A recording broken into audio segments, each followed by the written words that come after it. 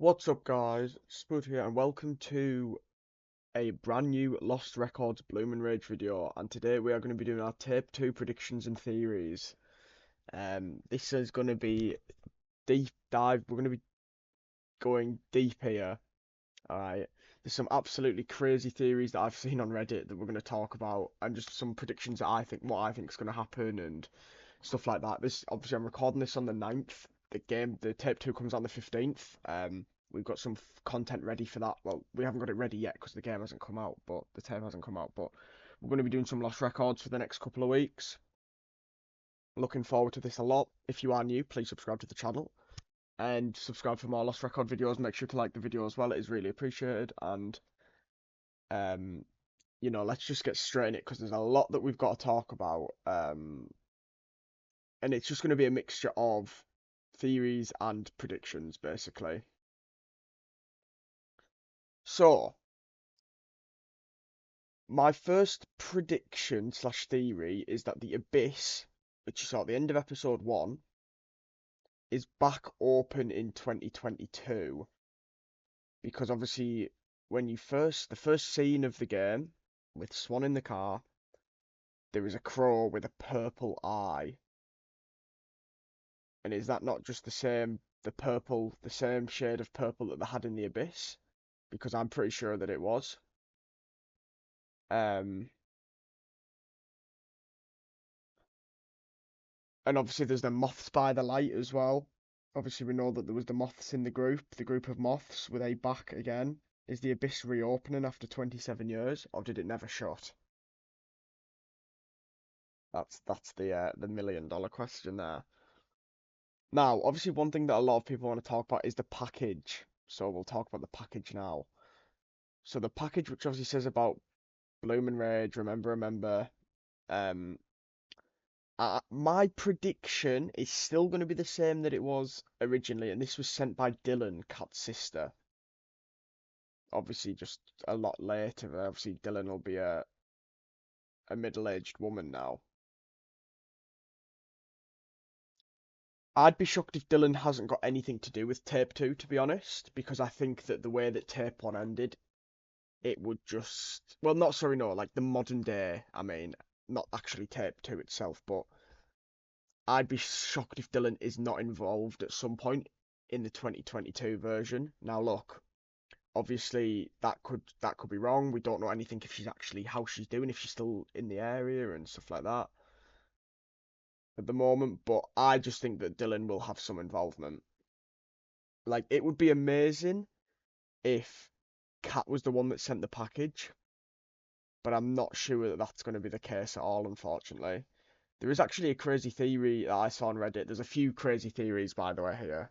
Um, that Kat dies in the 1995 version, but actually somehow comes back to life through the Abyss, and she's the one that sends the package. I just can't see this being true, but honestly, it shouldn't be ruled out. Nothing should be ruled out because I think this is very, very unpredictable. Um, right, the next one now. This is like one of the big points. Pam and Gus have something to do with the whole plot. Now, Gus, we hear him get called Gus by Pam at the bar, but on the subtitles he is still called Bartender. Does this mean that Gus is actually called Gus? Now, in the cabin that the girls find, there's like letters and stuff that these two people go missing for 20 years, and one of them was called Gil, Gil, but then they came back and hadn't aged a day. Is that Gus? Is Gus Gil? Is that why he's still called Bartender on the subtitles? Because that will eventually change to Gil. Obviously, stuff like that, we've got to wait and see what happens, but it's a very interesting point that could be who it is. Um, but Pam is the one that we need to talk about the most because Pam knew Autumn's mother from church because she says that if you mention that you're with your friend Autumn, who you haven't spoke to for 27 years, She says, "Oh, I knew Autumn's mother from church." Obviously, Pam as well was, we believe, was present at the concert that the girls performed at the bar in 1995, and she was cheering them on. So there is a lot of people that actually think Pam was the one that sent Autumn the package, which would make a bit of sense because she might have found out where Autumn's address was, potentially through her family, because obviously Autumn doesn't live in Velvet Cove anymore. Um, so that could definitely be a possibility. Um, Pam has also been researching paranormal activity and events. And we know this as well because obviously the alternate reality game, the ARG that Lost Records and Dortmund have had on for the last like 9 weeks. So we're going to talk about that as well. So basically, there's this alternate reality game where it's like you work at the movie palace and you're on like you've booted up the old computer and you're trying to help this woman called Erin Lockhart, who's trying to find things out about her mum that she didn't really get to meet apparently because she must have died when she was really young. Or that's what she thinks. And basically, there's all these clues from like old films from the movie palace, and it's all got like special information and bits and pieces that you have to decode and decipher in real life as well, and like zip files and stuff like that, and find out the right. It's like a mystery trying to find out the right things, and then you send the response back to Erin or Ivy. And also, there's a bonus mission with Pam, and yeah, it works really, really well. It's really, really fun to play. The new missions come out every Thursday. Now, I don't know if this will have any impact on the main game, but in my opinion, this will have some sort of impact what's happening in the ARG. Now, obviously, when I record this, the next mission hasn't come out yet. That could be the last mission after that. Mission 10, it makes sense. The 10's a good way to end it. Obviously this will be out on Saturday, but I won't know what's happened in this 10th mission yet of the ARG. That could potentially be a game change. I do believe that there will be something to do with the ARG that is going to happen in Lost Records Tape 2. Will Erin Lockhart or Ivy make an appearance and be at Velvet Cove in 2022? I think that could definitely be a possibility. Um, as well, we have to talk about some of the images that Erin sent because there are two counters that you see Swan have in her room in episode 1, and you also see tape 1 right at the start, and you also see Kat's journal. So Kat's journal and part of Swan's belongings. Now Swan moved out of Velvet Cove in 1995. So unless Swan gave them as a gift to people, what has happened here? This has to have an impact on the game because it's just the fact that they're both there, the counters. Yeah, it could just be a coincidence about the counters, but Kat's journal was there. Could Kat be related to Erin Lockhart? I don't think she was actually called Erin Lockhart. Actually, I've I think I've got that wrong because isn't it Autumn Lockhart?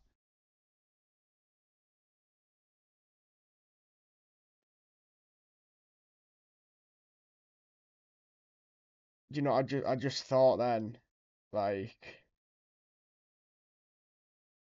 I actually just thought it's not actually Erin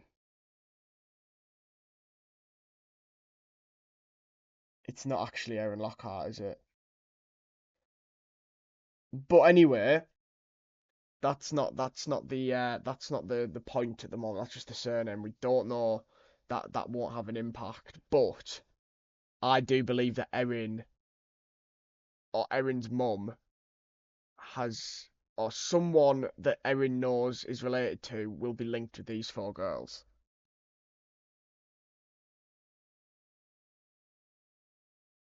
But obviously we don't know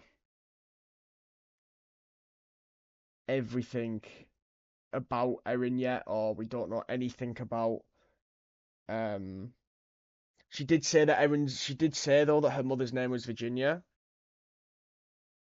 It's Erin Walsh, sorry, not Lockhart, that's Autumn. Erin Walsh. So yeah, Erin Walsh. We don't so there's no one called Virginia that we know of, But I do think that there is going to be maybe that fifth person theory, which we're going to talk about. And there is a fifth person theory, which is going to be very, very interesting. Yeah, so Pam obviously has a bonus mission in this ARG. She's also been, so that's how we know she's been researching paranormal activity for years. Uh, so she might know what's happened to what the Abyss is about, and she might know what happened to Kat, and that's how she's tried to get all the other three girls together to try and explain something. We just don't know what's going to happen with this, but I think this will definitely have a huge impact in the modern day. I do predict that there will be a lot of things that I haven't noticed after playing the tape one twice that will have an impact on this game. I think there's going to be a lot of stuff that I've missed. I also believe there's going to be some crazy, crazy, crazy supernatural stuff that's going to happen. Here, I think tape one was just the starter. The drama starts now. This is the main course, people. This is the main course. Now we need to talk about the shadows because again, the shadows is another huge point here. Sometimes you see shadows of people or scenes in the game, and at first people thought it was glitch, but it's not a glitch. So there's like a shadow of Kat and Nora doing the romance comedy scene, pretending to be Corey and Dylan. But then there's this really interesting one, and it looks like someone that might be bald stood on the hunting tower.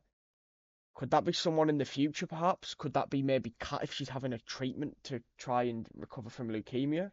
Could that be a future self of Corey? We just don't know who this is. Now, to add to this, this is probably the craziest theory out of the lot, in my opinion. Basically, the people are saying that the shadows might resemble a fifth friend, a fifth person.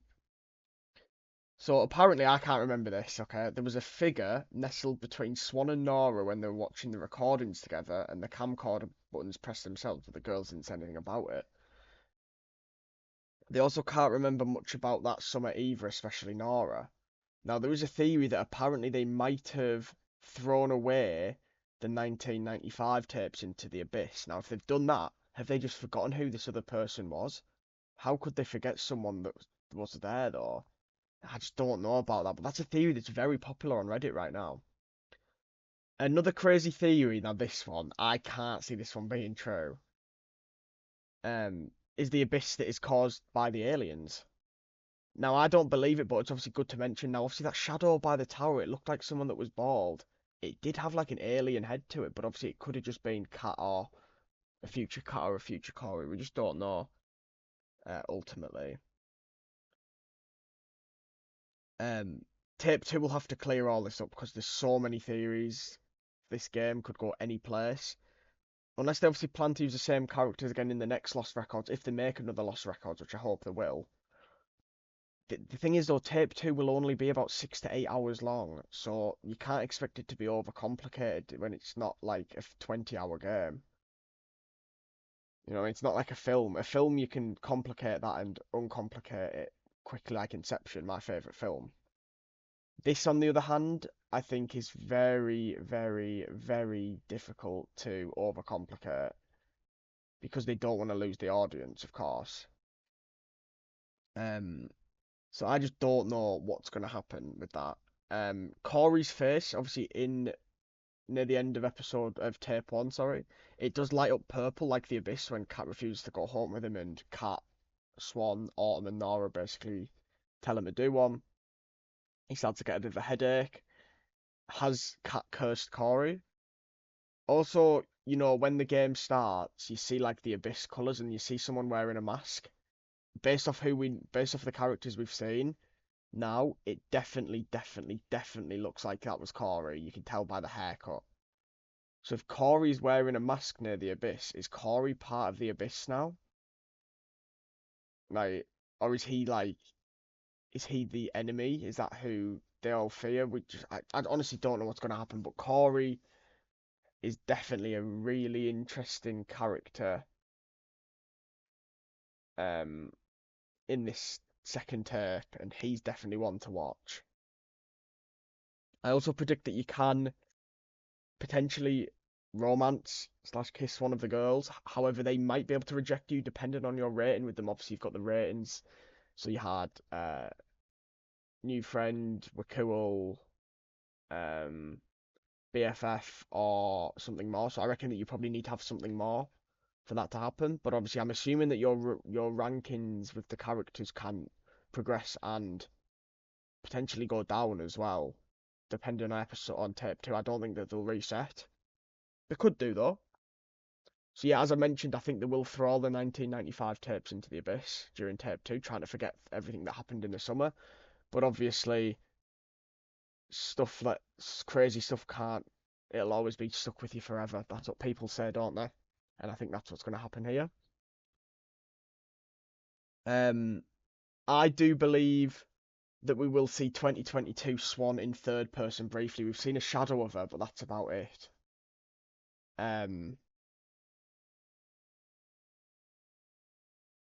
we'll see her in third person. There's either two reasons around this. When a major bombshell might come to the table and you basically are in their eyes for the first few seconds, so they walk to the table, you don't know who it's going to be. It could be Dylan, it could be Corey, it could be Kat. And then you see Swan look up, and then it goes back into being in playing as Swan, and you look up and you see this character. That's definitely a possibility, but not guarantee. It also looks like for the Tape 2 trailer, there's a fire of some sort, like a forest fire or just a general fire. Could Swan have potentially been burnt by it, and that we don't know our choices in that scene will show what her face will look like now, because that's a few things that happened, like something that happens in 95 will affect your 2022 appearance potentially. I see that being a high possibility more than the first one I said, but I like the first one because that was my prediction. Another prediction about that fire is that it's going to be caused by Kat. She's going to cause the fire to the ranch, if it's to the ranch. But Dylan will be accused and charged for it, which then will send Dylan out of Corey will be accused and charged for it, which will send Corey out of control. And then the big one, I guess. Kat, or maybe this fifth member, if this fifth member theory is true, dies or sacrifices themselves at the end of tape two. Don't Nod love an emotional choice. Chloe versus Arcadia Bay. Surrender or cross the border. We don't know for sure that Kat's dead. We actually don't. There's no proof that she's dead. Obviously, she might have died in 95. We don't know. The girls might not even know that she's dead or alive, but they're not expecting her to turn up based on the dialogue.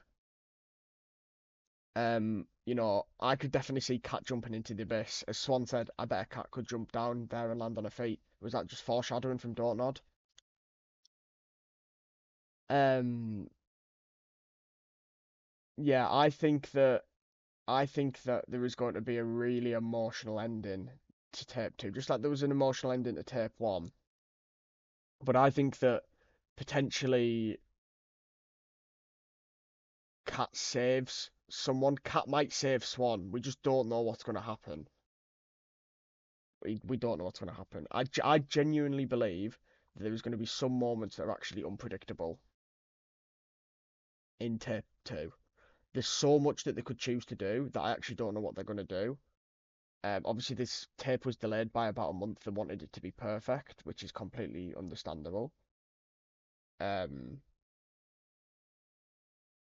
I mean, I have high expectations for tape two because I think Don't Nod are a company that I trust to make this into a very, very good ending to a game, because they've got very good potential for this, and I don't think they'll let it waste. I think it'll be better than tape one because there's going to be a lot more drama. Tape one was a lot of like happiness and friendly activity, whereas I think tape two is going to be very different. I'm really looking forward to tape two. It's obviously on April the 15th. I'll be uploading my ending to the game and a tape two review, just like I did a tape one review. The obviously the support on the Lost Records, the first two videos especially, was really good. I mean, we got like 215 on the first one and like 150 on the second one. Like, it's actually really, really, really impressive, and I'm very grateful for it. But I really hope that Don't make more Lost Records games after this because I find them really intriguing. But obviously, it's took them a few years to make this one, so we'll have to see what they decide to do. But yeah, I'm hoping that Don't make another one. So yeah, my main predictions I would say is that Cat is gonna die or sacrifice herself to the abyss. Um, and I think that they'll throw the 1995 tapes into the abyss. I think that Dylan will have a huge impact, and Pam and Gus will have an impact. But I do believe that Dylan is the one that sent the. I do believe that Dylan is the one that has sent the package, and we're going to see Dylan in 2022. Sorry. Anyway, thanks very much for watching. It's going to be a crazy week, people. Thanks for watching.